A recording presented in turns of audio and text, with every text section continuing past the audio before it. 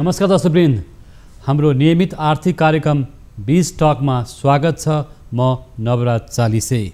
दर्शकवृन्द, आर्थिक कार्यक्रम बीज टकमा हामीले मुलुकका विभिन्न आर्थिक नीतिगत कुरादेखि बैंक वित्तीय संस्था, केन्द्रीय बैंक र अर्थ मन्त्रालय लगायतका विभिन्न विषयवस्तुहरूका सामग्रीलाई उठाउँदै आएका छौँ। आज भने हामी नेपालमा यातायातका साधनहरूको अवस्थाको बारेमा चर्चा गर्न गइरहेका छौँ र नाडा अटोमोबाइल्स एसोसिएसन अफ नेपालको 22 र 23 गते नयाँ नेतृत्वको लागि चुनावी प्रतिस्पर्धा पनि हुन गइरहेको छ। देशभरका यातायात क्षेत्रमा आबद्ध व्यवसायहरूको साझा संस्थाका बारेमा पनि आज हामी चर्चा गर्नेछौँ। र त्यसो त नेपालमा सवारी साधनका बारेमा चर्चा गर्दा धेरै समस्याहरू पनि छन् र अझै पनि आयातित वस्तुमा सरकारको प्राथमिकता देखिएको छ र देशभित्रै र सवारी साधन उद्योगलाई प्राथमिकतामा सरकारले राख्न सकिरहेको छैन भन्ने गुनासो पनि छ। र पछिल्ला दिनहरूमा विद्युतीय सवारी साधनको माग र आवश्यकतामा पनि सबैतिर एउटा बहस चलिरहेको छ। नेपाल आफैमा पनि जलस्रोतमा सम्पन्न र हाम्रा जलविद्युत आयोजनाहरू दिन प्रतिदिन विकास भइरहँदा नेपालमा विद्युतीय सवारी साधनको आवश्यकता यसको अझ बढ्दो रूपमा छ र सान्दर्भिकताको बारेमा नि चर्चाहरू चलिरहेको छ। र मास ट्रान्सपोर्टेसनको विषयमा नेपालमा सरकारले र निजी क्षेत्रले पनि प्राथमिकता नदिएको देखिन्छ र सार्वजनिक सवारी साधनलाई अझ व्यवस्थित गर्न सकिएको छैन, कर प्रणालीमा अझ सुधारहरू हुन सकिएको छैन भन्ने निजी क्षेत्रको गुनासो पनि छ। र यसै सन्दर्भमा आज हामी कुराकानी गर्न गइरहेका छौँ र यति बेला नाडा अटोमोबाइल्स एसोसिएसन अफ नेपालको नयाँ चुनावी सन्दर्भ पनि छ र साधारण सभा पनि छ। यसले उठाएका विभिन्न मुद्दाहरूको बारेमा नि आज हामी चर्चा गर्न गइरहेका छौँ। हामीसँग आज स्टुडियोमा जोडिनु भएको छ नेपाल अटोमोबाइल्स डिलर्स एसोसिएसनका पूर्व उपाध्यक्ष तथा अध्यक्षका प्रत्याशी ध्रुव थापासँग आज हामी समग्र यातायात क्षेत्रको बारेमा कुराकानी गर्न गइरहेका छौँ। यहाँलाई स्वागत छ। Thank you.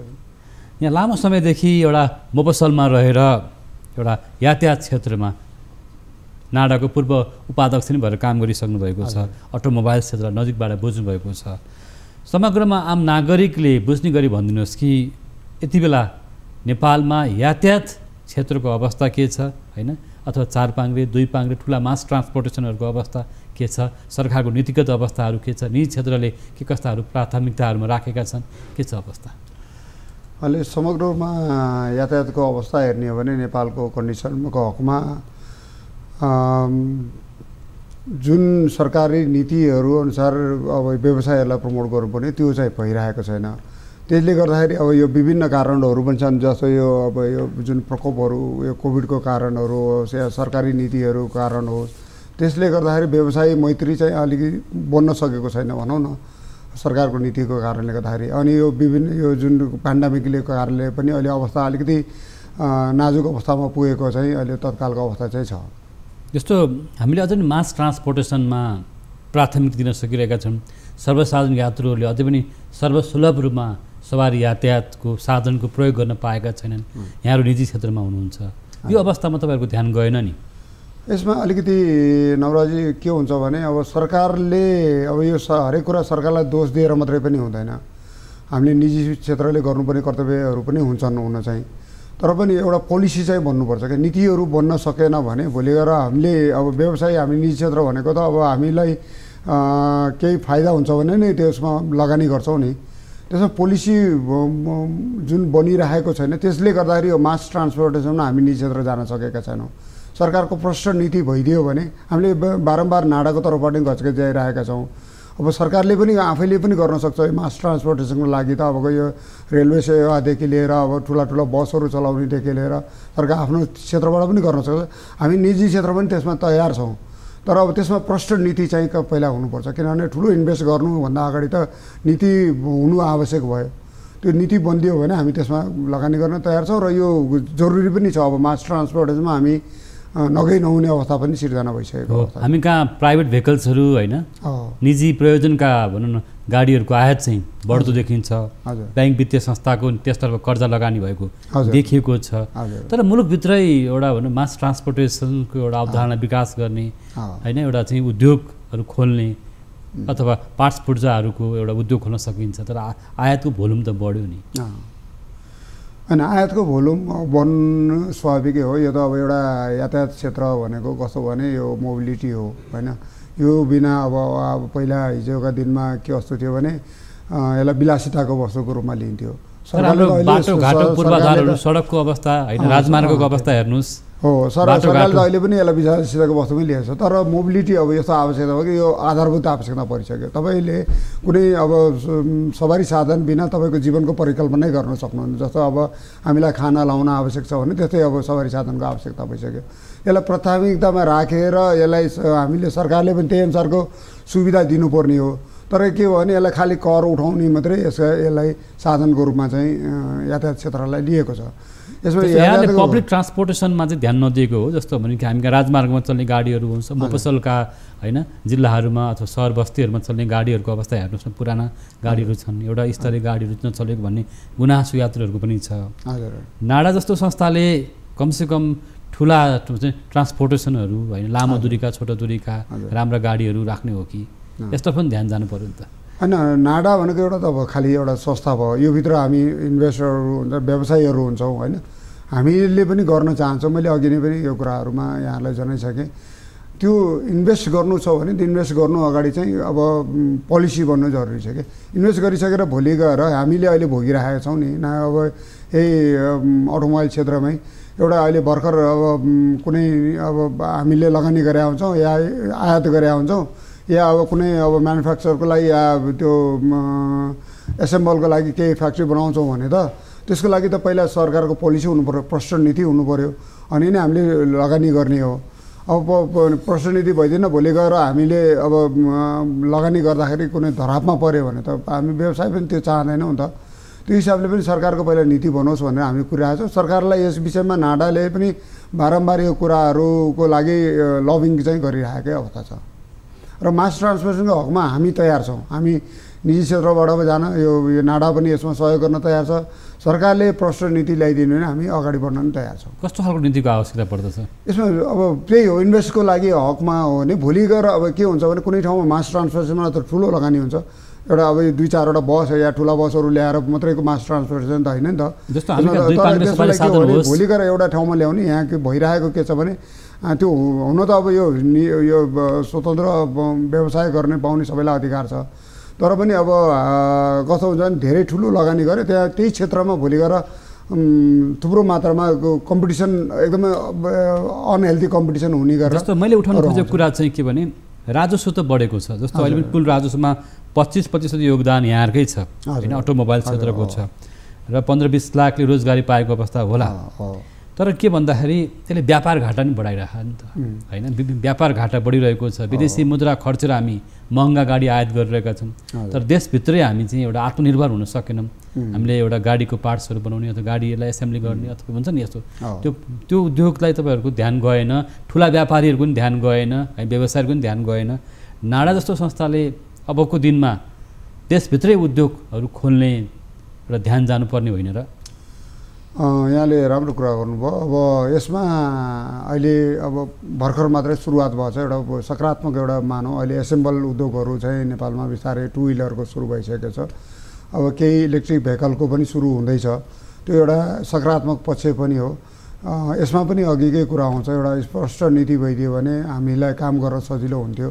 यो हामी आफ्नै देशमा आत्मनिर्भर हुनुपर्छ भन्ने कुरा हामीलाई सबैलाई लाग्छ। तर त्यसको लागि एउटा बजार पनि हुनु आवश्यक छ। हामीले नेपालमा उत्पादन गरेर कति उत्पादन गरेर यहाँको मार्केटलाई दिन्छौँ, त्यसले इन्भेस्ट गरेको त्यसको लगानी उठ्छ कि उठ्दैन भन्ने कुरा महत्त्वपूर्ण हुन्छ। तर बिस्तारै अब नेपालको बजार यो अटोमोबाइलको बजार पनि बढिरहेको ग्रोइङ बजार भएको हुनाले अहिले हामीले तत्कालै अब हाम्रो छिमेकी देशहरू भनेको चाइना र भारत इन्डिया जो छ त्यहाँ त एक्सपोर्ट गर्न सक्ने हाम्रो हैसियत छ राख्दैन। त्यो हिसाबले पनि अब हामी आफ्नै देशमा त्यो बेच्नुपर्ने आवश्यकता हुन्छ। यहाँ एसेम्बल गऱ्यौँ या यहाँ बनायौँ भने त्यो हिसाबले पनि अब अहिलेको गोइङ मार्केटमा हामी लगानी गर्न तयार छौँ नेपालको मार्केट हेरेर, अवस्था हेरेर। तर त्यसलाई अब त्यहाँ सरकारलाई अलिकति पोलिसी यसमा चाहिँ बन्नु जरुरी छ, नीति बन्नु जरुरी छ। या एसेम्बलको यो मेरो आफ्नो अहिलेको चुनावी उसमा एजेन्डामा पनि छ। यो एसेम्बल उद्योगको लागि, म्यानुफ्याक्चर उद्योगको लागि नेपालमै केही अब पोलिसीहरू बनाइदियो भने हामी सुरक्षित लगानी गर्न हामी नाडाको तर्फबाट हाम्रा व्यवसायीहरू पनि तयार हुनुहुन्छ।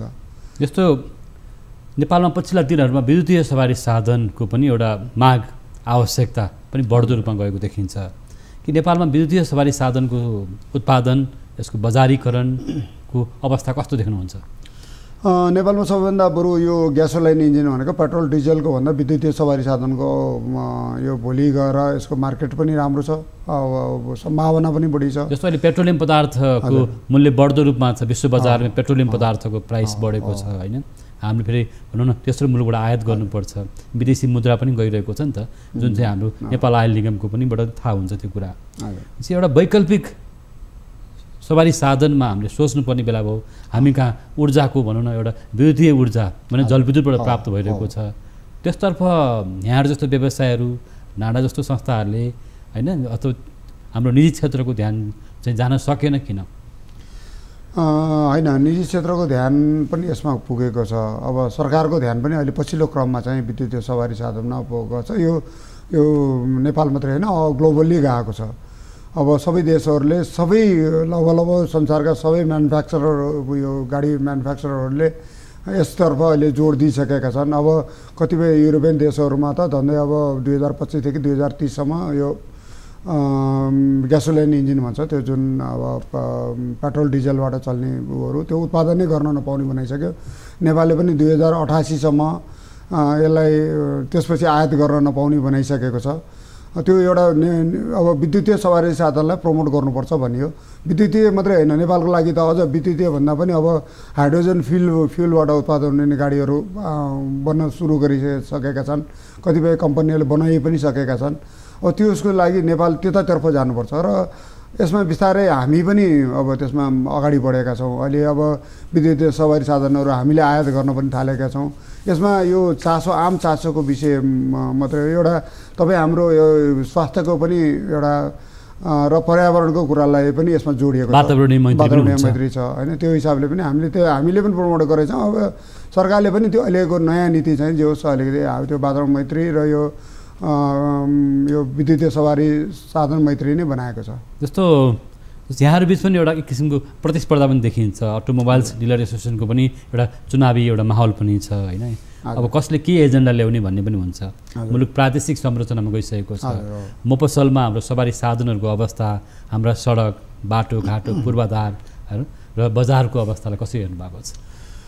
यो यातायातको साधनहरू नै अब जस्तो हामी कहिलेकाहीँ विदेश जान्छौँ, विदेश जाँदाखेरि जब फ्लाइटबाट ओर्लिएपछि अब अनि जब गाडीमा होटल सम्बन्धी होटल या कतै जाँदैछौँ भने त्यतिखेर हामीले त्यो देशको चाहिँ त्यो कति विकसित रहेछ भन्ने त्यहाँ अनुमान लगाउँछौँ। त्यो मापदण्ड हो कि एउटा चाहिँ त्यहाँको सडक, त्यहाँको त्यो यातायातको साधन हेरेर यो देश चाहिँ कति यतिको विकास रहेछ, विकसित रहेछ या नरहेछ भनेर हामीले त्यो कल्पना गर्ने गर्छौँ।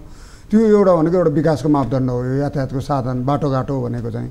त्यो हिसाबले पनि अहिले जुन अब पछिल्लो क्रममा चाहिँ यो बाटोहरू निर्माणको क्रमहरू नेपालमा म्यासिभली भइरहेको छ, त्यही अनुसार सवारी साधनहरू पनि बढिरहेको अवस्था छ। एउटा सकारात्मक पछि अहिले हिजोको दिनमा 8-10 वर्ष अगाडिसम्म हेर्ने हो भने एउटा अब नेपालका गाउँहरूमा गाडी पुगेका हुन्थेनन्, त्यहाँका लागि जनताहरू कति असुविधा भोग्नु परिरहेको अवस्था थियो भने अहिले सहज रूपमा हरेक ठाउँमा गाडी पुगेको अवस्था छ। त्यसले एउटा सकारात्मक पक्ष चाहिँ लगेको छ र त्यही अनुसार चाहिँ अब यो हाम्रो नाडा पनि सबै क्षेत्रमा अब यो 7वटै प्रदेशमा अहिले संरचनागत रूपमा प्रादेशिक विकास भएको छ र हामीले यातायातको मोबिलिटीको साधनहरू पनि हरेक क्षेत्रमा छुट्टै सेपरेट रूपमा त्यो नाडा अन्तर्गतै रहेर त्यो व्यवस्थापन गर्ने, त्यहाँका व्यवसायीहरूलाई एकीकृत गर्ने चाहिँ हाम्रो नाडा अन्तर्गत भइरहेको छ अहिले। जस्तो यहाँले अघि नीतिगत कुराहरू गर्दै गर्दा सवारी साधन तथा त्यो भनौँ न पाट पूर्जाहरू होइन आयात गर्ने कुराहरू छ, एसेम्बल गर्ने कुराहरू उत्पादनमा प्रष्ट नीति भएन भन्दै गर्दाखेरि कस्तो नीति भयो भने चाहिँ तपाईँहरूको लगानी आउन सक्छ त, लगानी बढ्न सक्छ? अनि त्यो त डेफिनेटली अब एउटा इन्भेस्टमेन्ट लगानी मैत्री वातावरण हुनु पऱ्यो भन्ने नै त्यसको अर्थ हो।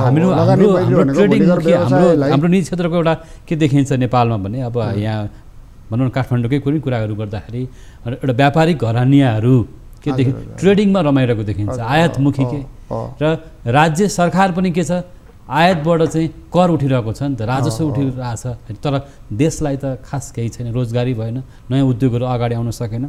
तर आयातमुखी हाम्रो अर्थतन्त्र छ भन्दै गर्दा यहाँ जस्तो अब युवा उद्यमीहरूले पनि एउटा सोच्नुपर्ने बेला आइसकेको छ कि हाम्रो देशभित्रै औद्योगिक वातावरण किन बन्न सकेन?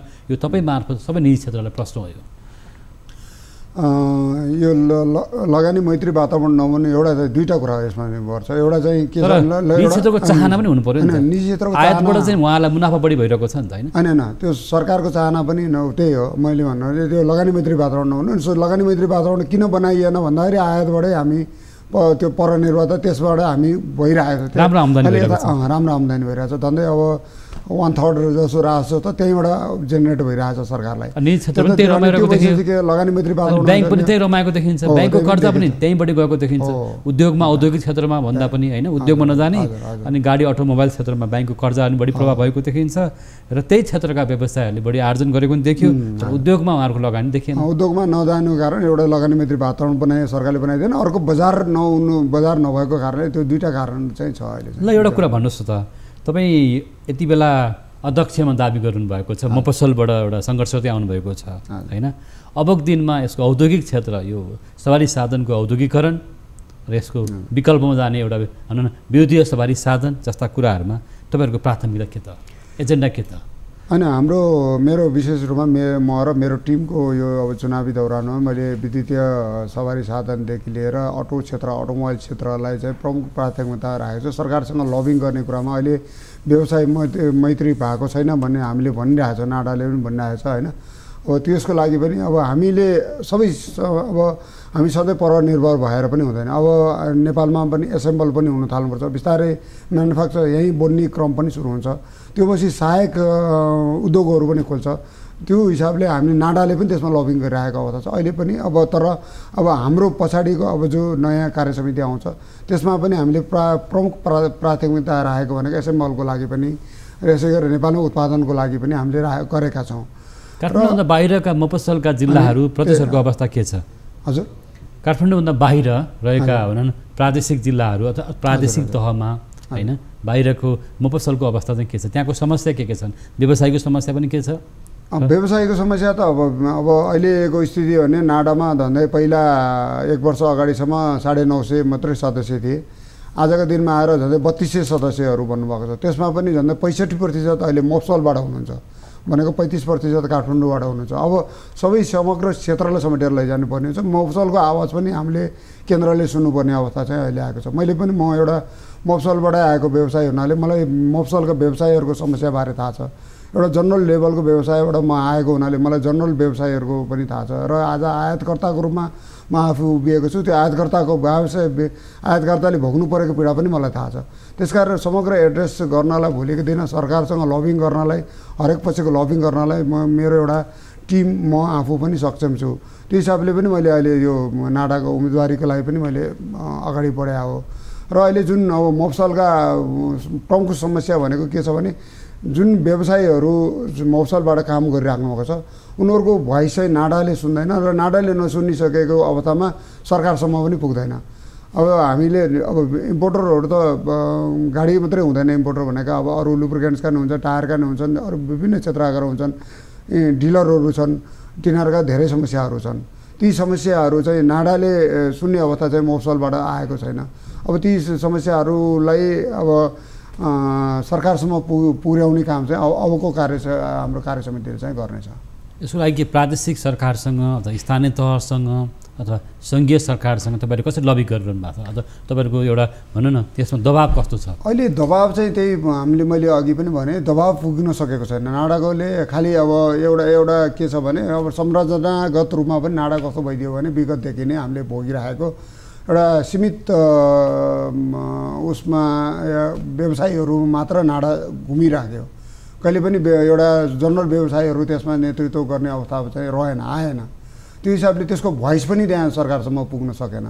अब चाहिँ हामी त्यो सीमित घेरामै रहनुभयो। अब कतिपय कुराहरू अथवा हाम्रो उहाँहरूमाथि भोइस जान सकेन कि त्यहाँ। आरोप के छ भने उहाँहरू आफ्नै व्यवसायलाई कसरी भनौँ न एउटा मतलब सहुलियत खोज्ने अथवा भनौँ सरकारबाट त्यसमा फाइदा लिन खोज्ने प्रवृत्ति भयो। तर आम नागरिक, आम यात्रुहरू, आम मुलुकको फाइदामा उहाँहरूले सोच्नु भएन। त्यो नसोचेकै त भन्नु भएन। अब जो एउटा कुनै अब त्यसमा एउटा व्यक्ति हाबी भयो, व्यक्तिगत हाबी भयो होला, एउटा कुनै व्यापारिक ग्रुप समूह हाबी भयो। त्यो कारणले उहाँहरूको इन्ट्रेस्टमा नीतिहरू त्यहाँ पुगेन कि उहाँहरूको इन्ट्रेस्टमा नीतिहरू बन्यो। त्यही बजेट बन्दाखेरि, बजेट निर्माण हुँदाखेरि त्यस्ता ठुला व्यापारिक घरानाहरूको पहुँचमा दबाबमा नीति नियमहरू बन्यो भन्नु खोज्नु भएको हो। त्यही नै लगभग त्यस्तै नै थियो। अब त्यसलाई चाहिँ अब हामीले चाहिँ सबै क्षेत्रको समेटेर एउटा त्यो खालको चाहिँ टिम बनेको छ। त्यस्तो प्रवृत्तिलाई तपाईँहरूले कसरी अब भनौँ एउटा चाहिँ तोडेर आउन सक्नुहुन्छ, के आधार? आधार त्यही छ। अब अहिले लगभग अब जुन नेपालभरिका व्यवसायीको समर्थन हामीलाई छ अहिले चाहिँ। यसै गरेर अब सबै प्रदेशको अहिले जुन प्रादेशिक संरचनाका छ सबै प्रदेशका अध्यक्षज्यूहरूको पनि मेरो समर्थन छ, प्लस यहाँ अब जनरल व्यवसायीहरूको समर्थन र म आफू एउटा त्यो आयातकर्ताको रूपमा पनि उभिएको हुनाले त्यो आयातकर्ताहरूको सबै समर्थन भएको हुनाले म अब यो विषयमा चाहिँ अब मेरो सबैबाट मलाई चाहिँ राम्रो समर्थन चाहिँ रहेको छ र म भोलि गएर त्यसलाई एड्रेस पनि गर्नेछु। जस्तो यहाँहरूको क्षेत्रले सामाजिक उत्तरदायित्व वहन गर्नु भएन भन्ने एउटा गुनासो छ होइन। अटोमोबाइल्स व्यवसायहरूले अहिले सडक दुर्घटनाहरूको दर बढ्दो अवस्थामा छ होइन। पूर्वाधार क्षेत्र एकदम कमजोर छ, गाडी धमाधम आयात हुने, बाटो हामीका बाटोघाटोको अभाव छ अथवा सडक पूर्वाधार राम्रो छैन, एउटा सवारी दुर्घटना हरेक दिन चाहिँ बढिरहेको अवस्थामा यहाँहरूको सामाजिक उत्तरदायित्व हुन्छ कि हुँदैन? अनि सामाजिक डेफिनेटली हामी अब एउटा सङ्घ संस्था अन्तर्गत भइसकेपछि हामी सामाजिक उत्तरदायित्व हुन्छ, हामीले गरेका पनि छौँ। अब यो अलिकति नदेखेको मात्रै होला, तर अब चाहिँ अब अलिक बढी देखिनेछ। किनभने भर्खरमा चाहिँ अब किनभने हाम्रो पहिला जुन सामाजिक उत्तरदायित्व निर्वाह गर्थ्यो त्यो काठमाडौँ भ्यालीभित्र हुन्थ्यो, त्यो चाहिँ बाहिर देखिन्थेन। अब चाहिँ हामी देखेको छैन। काठमाडौँमा पनि हामीले गर्न चाहिँ गरिरहेको हो। अब के हुन्छ भने गर्ने काम चाहिँ यहाँहरूको संस्थाले कमसेकम एउटा प्राविधिक विज्ञहरूसँग रहेर होइन अथवा अन्तर्राष्ट्रिय जगतमा एउटा मास ट्रान्सपोर्टेसन, सार्वजनिक यातायातहरू अथवा निजी सवारी साधनलाई कसरी व्यवस्थित गरिएको छ भन्नेतर्फ चाहिँ सोच गएन कि सडक दुर्घटनाहरू बढ्दो क्रममा छ, त्यसलाई न्यूनीकरण गर्नेतर्फ यहाँहरूको संस्थाले ध्यान दिनुपर्ने हो नि त। अनि ट्राफिक व्यवस्थापनको कुराहरू हुन सक्छन्। ए होइन, त्यो चाहिँ यहाँले भन्नुभएको ठिक कुरा हो। अब हामीले दिनुपर्ने कुराहरू हामी बिस्तारै अब बढाउँदै पनि लैजानेछौँ। अलिकति अब कमी कमजोरी चाहिँ भएका हुनसक्छन्, तर गर्न चाहिँ हामीले केही न केही मात्रामा चाहिँ गरेछौँ। अब हाम्रो पनि के हुन्छ भने सीमित अब यो त एउटा संस्था भयो, संस्थाले कतिसम्म गर्न क्षमता राख्छ त नि भन्ने कुरा महत्त्वपूर्ण हुन्छ। त्यसमा हामीले आफ्नो क्षमताले भ्याएसम्म अहिले गरिरहेको छौँ र यसलाई अब जो बढाउने काम अब यो सामाजिक उत्तरदायित्व निर्वाह गर्ने काममा हाम्रो यसको क्षमता अभिवृद्धि गर्ने काम चाहिँ हामी गर्नेछौँ। जस्तो कतिपय अवस्थामा राजस्व भन्सार छलीका कुरा पनि नउठेका होइनन् यो क्षेत्रमा होइन। अधिक मूल्याङ्कन अथवा कम मूल्याङ्कन गर्ने, गाडीहरू चाहिँ बाहिरबाट झिकाउने, एउटा राजस्व प्रणाली पनि पारदर्शी भएन, जसले गर्दा बजारमा कालोबजारीहरू हाबी भयो भन्ने गुनासो नभएको त होइन। अनि यसमा हिजोका दिनमा थिए, तर अहिले सबैभन्दा पारदर्शी व्यवसाय भनेको अटोमोबाइल हो। यहाँलाई अब अहिले ब्याङ्क वित्तीय संस्थापछि भन्यो भने अब अहिले सबैभन्दा पारदर्शी चाहिँ अटोमोबाइल सेक्टर छ। जस्तो भन्सार मूल्याङ्कनमा गाडीको भन्सार मूल्याङ्कनमा गाडी झिकाउने क्रममा विभिन्न खालको मिलेमतो सेटिङ हुन्छ भन्ने गुनासो छैन। अहिले त्यो सम्भावना छैन। अहिले त कुनै पनि अवस्थामा 0% छ अहिले गाडीमा। अब गाडीमा त छोडिदिनुहोस्, पहिला स्पेयर पार्ट्समा अलिअलि हुने गरेको थियो। यो गाडीमा हटेको त लगभग यसरी कम मूल्याङ्कन ल्याएर हुने गरेको थिए पहिला, विगतमा 8-10 वर्ष अगाडि थिए होलान्, तर अहिले त्यो चाहिँ सम्भावनै छैन। किनभने जुन म्यानुफ्याक्चर कम्पनी हुन्छ उसैले त्यो खालको गर्दैन। अनि त्यसपछि हामीले त एलसी खोलेर ल्याउँछौँ, त्यसलाई फेरि अब अर्को थ्रु हामीले पैसा पठाउने सम्भावना पनि हुँदैन। त्यो भएको हुनाले गाडीमा त 0 छ। स्पेयर पार्ट्सहरूमा केही समय अगाडि छ स्पेयर पार्ट्समा हुन्थ्यो गर्थ्यो, त्यो पनि अहिले स्पेयर पार्ट्स भन्सार छली गर्ने अथवा खुला सिमानाको कारणले गर्दा फाइदा उठाउने तत्त्व त छ नि। त्यो यो अटोमोबाइल सेक्टरमा नहोला जस्तो लाग्छ मलाई। किनभने अब अहिले सबै अब स्पेयर पार्टदेखि गाडीमा जति पनि गाडीसँग सम्बन्धित अटोमोबाइलसँग सम्बन्धितहरू यो स्पेयर पार्टदेखि हरेक एसेसरिज गाडी नै भनौँ यो चाहिँ सबै एलसीबाट आउँछ। एलसी थ्रु आउने हुनाले त्यसमा एकदम सब टोटली पारदर्शी छ। यसमा चाहिँ त्यो अब भन्सारभित्रबाट अलिअलि चिराएर ल्याउने त्यो भन्सारका कर्मचारीहरूको सेटिङको कुराहरू बेला बखत आउने गर्छ, ठुला व्यापारीहरूको सेटिङको कुराहरू आउने गर्छ नि त। होइन, त्यो कुरालाई तपाईँहरूले तोडेर एउटा भनौँ न व्यवसाय मैत्री, हजुर, एउटा नागरिक मैत्री होइन, त्यो खालको अटोमोबाइल क्षेत्रको विकास र सुधार गर्नुपर्ने बेला भएन र? होइन, भइसकेको छ, पनि सकेका छौँ हामीले। अहिले यो अटोमोबाइल क्षेत्रमा हेर्ने हो भने यो चाहिँ यो भन्सारबाट चोरी निकासी हुने त्यो सम्भावना चाहिँ छैन, किनभने सबभन्दा बढी आयात हुने हाम्रो इन्डिया छिमेकी देशबाट हो। छिमेकीमा जो GST लागू गरेको छ त्यहाँबाट त्यो फुल इन्भोइसमा आउँछ। फुल इन्भोइसमा आइसकेपछि कसैले पनि यहाँ चाहिँ अब त्यो कम मूल्याङ्कन गर्ने भन्ने सम्भावना छैन। बरु हामीलाई सरकारले के गरिरहेको छ भने अब त्यहाँ त्यो जुन मूल्याङ्कन त्यो मूल्य गरिसकेको छ, अधिक मूल्यको बरु मूल्याङ्कन राखिदिएर हामीले दुःख पाइरहेको अवस्था छ। अहिले वर्तमान अवस्थामा भर्खरैको मात्रै एउटा रिसेन्टली एउटा घटना छ, यो लुब्रिकेन्ट व्यवसायहरू एकदमै अहिले प्रताडित छन् सरकारबाट। जुन अब बाहिरबाट उनीहरू सरकारी मूल्याङ्कन के अरे म्यानुफ्याक्चर या जसले पठाउँछ त्यो 100-150 रुपियाँको हाराहारी छ, तर सरकारले चाहिँ 250 रुपियाँको त्यसको मूल्याङ्कन राखिदिएको छ। त्यसले गर्दाखेरि अहिले बिक्री गर्नै नसक्ने अवस्थामा चाहिँ या उपभोक्तालाई चाहिँ बढी मारमा परेको अवस्था चाहिँ अहिले त्यो लुब्रिकेन्टले देखेको छ। भनेपछि कालाबजारी गर्नेहरू त अझ पनि बढी यसमा सक्रिय छन्, जसले गर्दा उपभोक्ताहरू मारमा छन् भन्ने कुरा आउँछ। होइन, अनौपचारिक मैले अघि पनि भने अनौपचारिक अब सानो सानो व्यवसाय पोखापन्तुर ल्याएर त्यो अब भन्सारबाट ल्याएर त्यो गर्यो होला नि, त्यो थाहा छ, त्यो थाहा छैन। तर अब वास्तवमा भने अहिले अटोमोबाइलमा जो काम गर्ने व्यवसाय हुनुहुन्छ अलिकति माथिल्लो स्तरका व्यवसायहरू पनि त्यो यसमा चाहिँ हुनुहुन्न, अहिले इन्भल्भ हुनुहुन्न। जस्तो व्यवसायहरूले पनि रोड सेफ्टीको कुराहरू उठाउनु पर्ने अवस्था छ होइन। यसलाई भनौँ न उपभोक्ता मैत्री, यात्रु मैत्री र आम नागरिक, सर्वसाधारण नागरिकले आफ्नो देशमा एउटा विकास भएको सवारी साधन, मैले फेरि पनि तपाईँहरू मार्फत पनि भनिरहेको छु, एउटा चाहिँ भनौँ सार्वजनिक यातायातलाई अझ पनि उपल्लो तहमा पुर्याउने, एउटा व्यवस्थित तरिकाको सडक पूर्वाधारहरूलाई विकास गर्ने होइन, रोड सेफ्टीलाई हामीले जोड दिनेतर्फ तपाईँहरूले चाहिँ अलिकति प्राथमिकता नदिएको हो। प्राथमिकता यो हामीले मात्रै गरेर हुने पनि होइन, यो त सरकारसँग हामीले अब मिलेर गर्ने काम हो। हामीले यसमा चाहिँ पहल पनि गरिरहेका पनि छौँ। के सरकार त दङ्ग छ, गाडी आयात बढ्नु क्रममा छ होइन, त्यसले गर्दाखेरि कर्जा पनि बढिरहेको देखिन्छ ब्याङ्क वित्तीय संस्थाको, राजस्वको दर पनि के अरे राजस्व पनि बढी मात्रामा उठिरहेको देखिन्छ। तर यसरी चाहिँ यो दीर्घकालीन विकास त होइन नि। दीर्घकालीन विकास होइन, मैले फेरि पनि भन्छु, अब यो हामी आफ्नै देशमा प्रडक्ट भयो भने एउटा दीर्घकालीन विकासको एउटा आधार चाहिँ बन्छ। हामी सधैँ यो परनिर्भर रहेर सधैँ अब आयात गरेर मात्रै पनि सक्दैनौँ। यहाँको बजार हेरेर हामीले अब बिस्तारै एसेम्बल र आफै उत्पादन गर्नतर्फ पनि हामी लाग्नुपर्छ। त्यो हामी लागिरहेको पनि छैन। हामी निजी व्यवसायले तपाईँले 2वटा टु व्हिलर कम्पनीहरू त नेपालमा उत्पादन पनि गर्न सुरु गरिसके। यसै अब गाडीहरू पनि उत्पादन सुरु हुँदैछन् भने रिसेन्टली अब इलेक्ट्रिक बस पनि नेपालमै उत्पादनको सुरुवात भइसकेको छ। एउटा सुरुवात हो। हिजोको दिनमा जापान, अमेरिका जस्ता देशहरूले गाडी 100 वर्ष अगाडि गाडीहरू 100-150 वर्ष अगाडि बनाउने बेलामा उनीहरू पनि सुरुवात त एसेम्बलबाटै सुरु गरेका हुन्। उनीहरू सबै आफै एकै ठाउँमा त उत्पादन हुन्थेन, उनीहरूले बाहिर पार्ट्सहरू ल्याएर जोडेर गर्थ्यो भने नेपालको त्यो अवस्था छ। अब बिस्तारै अब त्यो एसेम्बल उद्योग बनिसकेपछि त्यसका सहायक पार्ट पुर्जा बनाउने उद्योगहरू खुल्न थाल्छन्। त्यसले चाहिँ विकासको क्रम चाहिँ बढ्छ। त्यसमा हामीले प्रमोट पनि गरिरहेका छौँ। यहाँ नेतृत्वको एउटा प्रतिस्पर्धामा आउँदै गर्दा यो क्षेत्रका साना व्यवसायहरू, श्रमिक मजदुरहरूका समस्याहरू के छन् र उनीहरूले कसरी आफ्नो हक अधिकारलाई सुनिश्चित गर्न सक्छन् भन्ने लाग्छ? साना व्यवसायको भनेको अहिले सबभन्दा मुख्य समस्या भनेको अहिले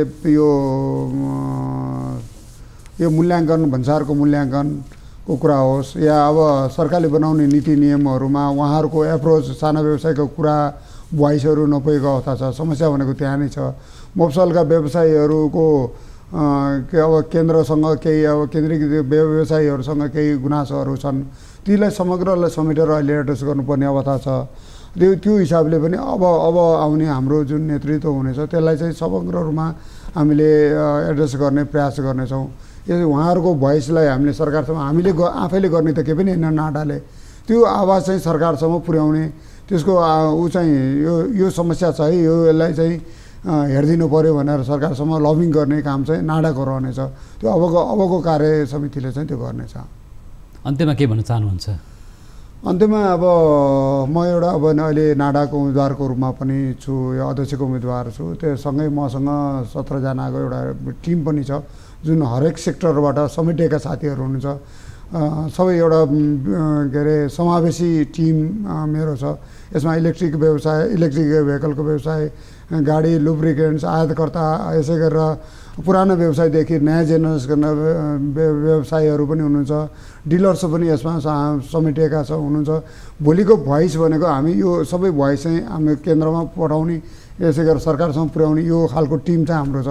यसकारण सम्पूर्ण म अटोमोबाइल व्यवसायी साथीहरूसित के अनुरोध गर्न चाहन्छु भने अबको यो हाम्रो टिमलाई चाहिँ यहाँले अमूल्य मत दिएर सहयोग गरिदिनुको लागि र विजयी बनाइदिनुको लागि मेरो अनुरोध छ। हस् त, यहाँको समय विचारको लागि धन्यवाद। हस्, थ्याङ्क यू। यहाँलाई पनि धन्यवाद र न्युज 24 का सम्पूर्ण हाम्रा प्राविधिक साथीहरूलाई पनि धन्यवाद र आभार व्यक्त गर्छु। धन्यवाद। दर्शकवृन्द, आजको आर्थिक कार्यक्रम बिज टकमा हामीले नेपालको समग्र सार्वजनिक निजी सवारी साधनको बारेमा चर्चा गऱ्यौँ। अझै पनि आम नागरिकको पहुँचमा सार्वजनिक सवारी साधन, निजी सवारी साधन पुग्न सकिरहेको छैन। हाम्रो निजी क्षेत्रले देशभित्रै स्वदेशी उद्योगलाई प्रवर्धन गर्न सकिरहेको छैन र आयातबाट मात्रै मुलुकको एउटा अहिले आयाती सवारी साधनको बढ्दो अवस्था छ। तर सरकारले र निजी क्षेत्रले पनि देशभित्रै सवारी साधनको उत्पादन गर्ने र नागरिकको पहुँचमा सवारी साधनलाई सर्वसुलभ गर्नेतर्फ सोच अगाडि बढाउन नसक्दा अझै पनि नागरिकहरू भने विभिन्न खालको समस्यामा छन्। राज्यको नीति नियम स्पष्ट हुन नसकेको गुनासो पनि आइरहेको छ। यिनै सन्दर्भमा आज हामीले कुराकानी गऱ्यौँ अटोमोबाइल्स एसोसिएसन अफ नेपालका पूर्व उपाध्यक्ष तथा हालका अध्यक्षका प्रत्याशी उम्मेदवार ध्रुव थापासँग। उहाँको समय र विचारको लागि पनि धन्यवाद। आर्थिक कार्यक्रम बिज टक आजलाई पुरा भएको छ। हामी बिदा माग्छौँ। नमस्कार।